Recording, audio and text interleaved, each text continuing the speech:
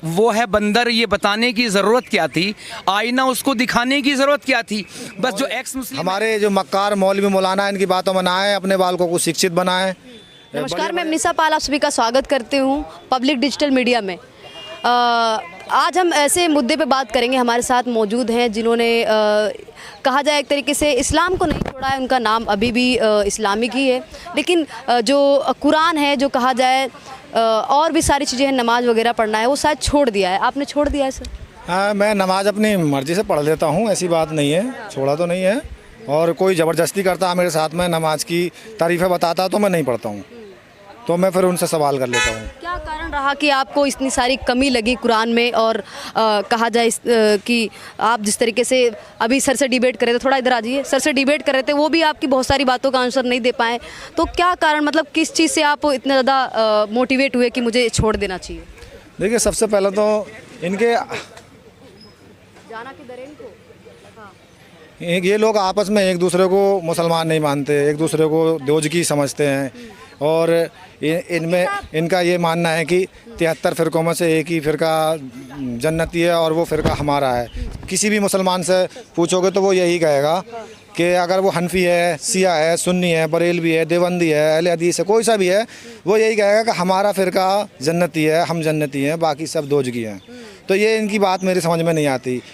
और दूसरी बात यह है कि ये महिलाओं के लिए सम्मान की बात कहते तो हैं लेकिन करते नहीं हैं। महिलाओं को ये इस्लाम में औरतों की गरिमा छीन लेता है, उन्हें संपत्ति की तरह समझता है, पुरुषों के सुख के लिए खेत बनाता है, स्वार्थ की वासना को संतुष्ट करने की वस्तुओं से ज़्यादा कुछ नहीं।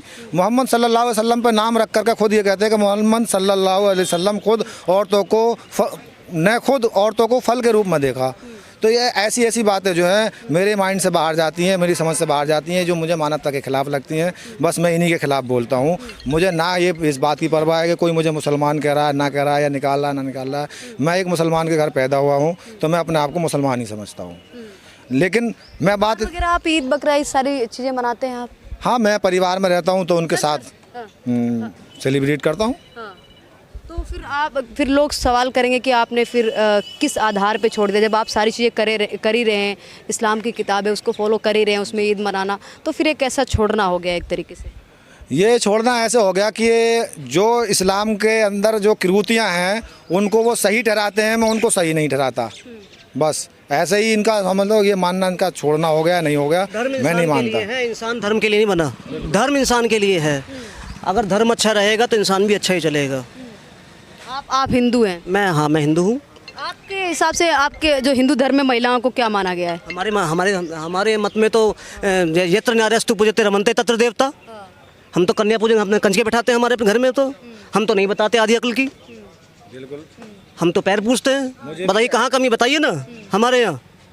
आपको कमी लगती है, मतलब इस्लाम में कमी लगती है कि महिलाओं की? भाई होकर के महिलाओं को एक देवी का दर्जा दे रहे हैं, तो हमें भी तो महिलाओं का सम्मान करना चाहिए। यही मुझे क्रूतियाँ लगती हैं। मुझे इन्हीं बातों से, जब हमारे हिंदू भाई हम पर ये तंज करेंगे तो हमें अच्छा नहीं लगता कि यार हमें भी तो औरतों की, महिलाओं की केयर करनी चाहिए, उनको सम्मान देना चाहिए, उनको आदि अकल का नहीं कहना चाहिए। आप ये जो शब्द औरत है, ये ही अपने आप में एक बड़ा ही जलील शब्द है। औरत के मायने हैं, आप खुद लेडी हैं, औरत के मायने हैं निजी अंग, जनन अंग, एक स्त्री का जनन अंग।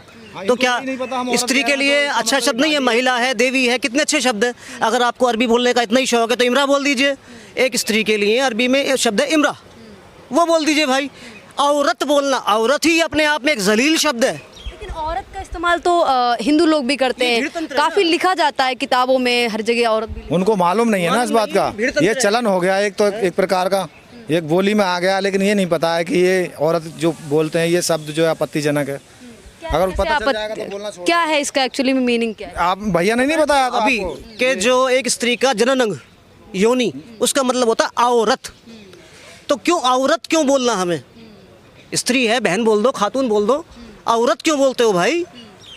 दूसरी बात मुझे एक कुरीति ये भी बहुत निकाह वाली, निकाह तो चलिए बात की बात है, लेकिन इसमें ये रुकावट ही नहीं है। अगर 80 साल का भी बुजुर्ग है ना, तो वो उसका अगर मन कर रहा है ना शादी करने का, तो वो छोटी बच्ची से बाल विवाह भी कर सकता है।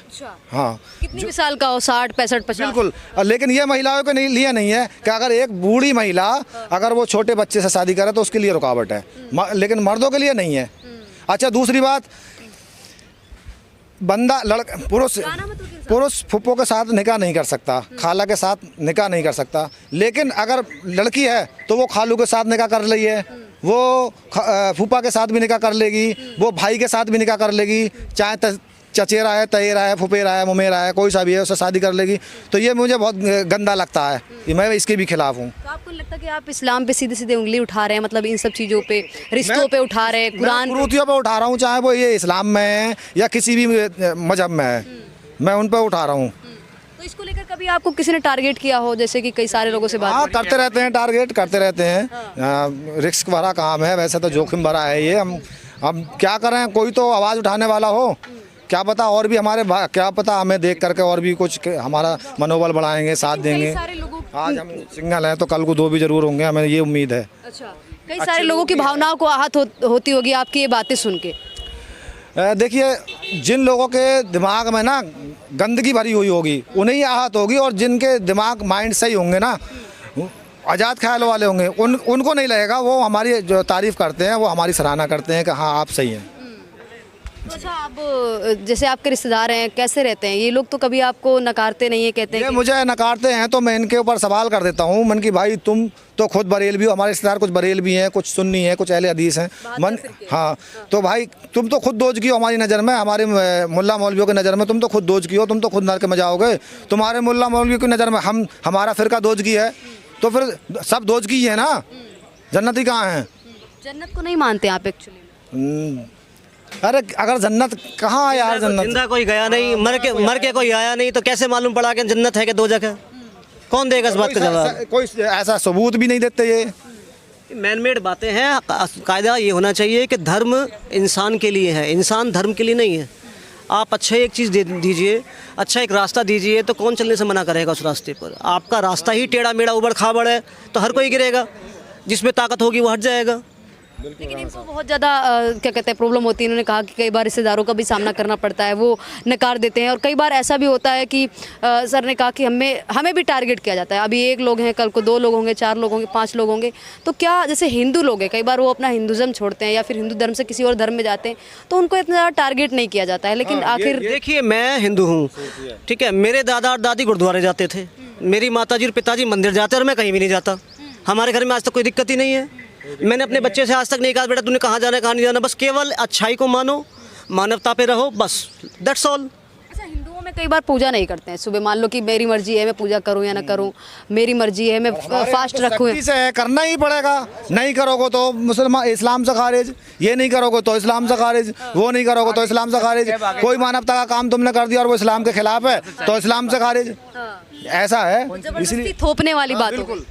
जबरदस्ती थोपने वाली हर चीज़ इस्लाम में ज़बरदस्ती थोपी गई है। क्या किसी बच्चे से ज़रा सा बड़ा हो जाए अपनी खाल कटवा लेगा, खतना करा लेगा? हाँ, नहीं कराएगा ना, कैसे करा लेगा? लेकिन ये भी ज़बरदस्ती है। उसे बच्चे को, मासूम को पता भी नहीं होता, पता ही नहीं। हाँ, लेकिन कई सारे लोगों को आपत्ति भी होती होगी आप लोगों की बात सुनने से, क्योंकि अरे सच सुनने से वो हुल्लड़ मुरादाबादी जी का एक शेर याद आता है बार बार, वो है बंदर ये बताने की ज़रूरत क्या थी, आईना उसको दिखाने की ज़रूरत क्या थी? बस जो एक्स मुस्लिम है आईना दिखा रहा है, तभी तो मुर्तद की सज़ा सरतन सुजा रखी मारने काटने के लिए, क्योंकि ये गैंग है। गैंग से बाहर निकल के इंसान ये निकलेंगे तो फिर उसके बारे में बताएंगे, बस पोल पट्टी ना खुल जाए। बस इसी के साथ अभी हम भाई चाहते हैं, अभी हम कहीं जा रहे हैं, ठीक है। लास्ट बात ये है कि तेली का तेल जले, मशाल जी का जी जले, जिसका जी जल रहा है जलने दो भाई, हम तो अलग जगा रहे हैं। हम तो समाज को अपना एक चेतना लाने की हमारी कोशिश है कि हमारा समाज, हमारी ड्यूटी है ये, अपनी ड्यूटी निभा रहे हैं, जो संवैधानिक ड्यूटी हमें संविधान ने सौंपी है। जो हमारे बलिदानी थे वो चले गए, तो हमारी भी तो कुछ फर्ज बनता है ना, तो हमारा कर्तव्य है कि हम अपने समाज में सुधार लाने के लिए ऐसा कर रहे हैं। हम आखिरी शब्दों में क्या कहना चाहेंगे? जी, मैं यही कहना चाहूँगा कि भाई अपनी जो है दिमाग को खुला रखें, और हमारे जो मक्कार मौलवी मौलाना इनकी बातों में ना आए, अपने बालकों को शिक्षित बनाएं। बढ़िया बढ़िया स्कूलों में पढ़ाएं, ना कि मदरसों में और मस्जिदों में टक्कर लगवाते रहें, रट्टे लगवाते रहें, उससे कोई कुछ नहीं होने वाला। जी तो ये थी देखिए जिस तरीके से एक्स मुस्लिमों ने अपनी बात रखी, और आप इस पूरे वीडियो को देखने के बाद क्या सोच विचार रखते हैं आप हमें कमेंट बॉक्स में बता सकते हैं। धन्यवाद।